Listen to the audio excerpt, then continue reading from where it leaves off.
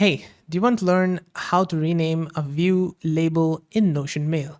In this video, I'm going to help solve a problem. So if you found this video helpful, don't forget to like, subscribe, and let's get to it.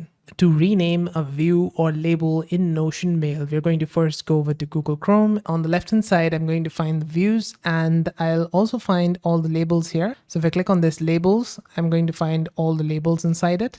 And let's say I want to rename it. So rename the account security. I can just go over here, click on it, and rename it from here. I can just click on this on the left-hand side and click on these three dots, rename it, change the account security to some other name. I can also change the emoji here or the icons. I can also remove it.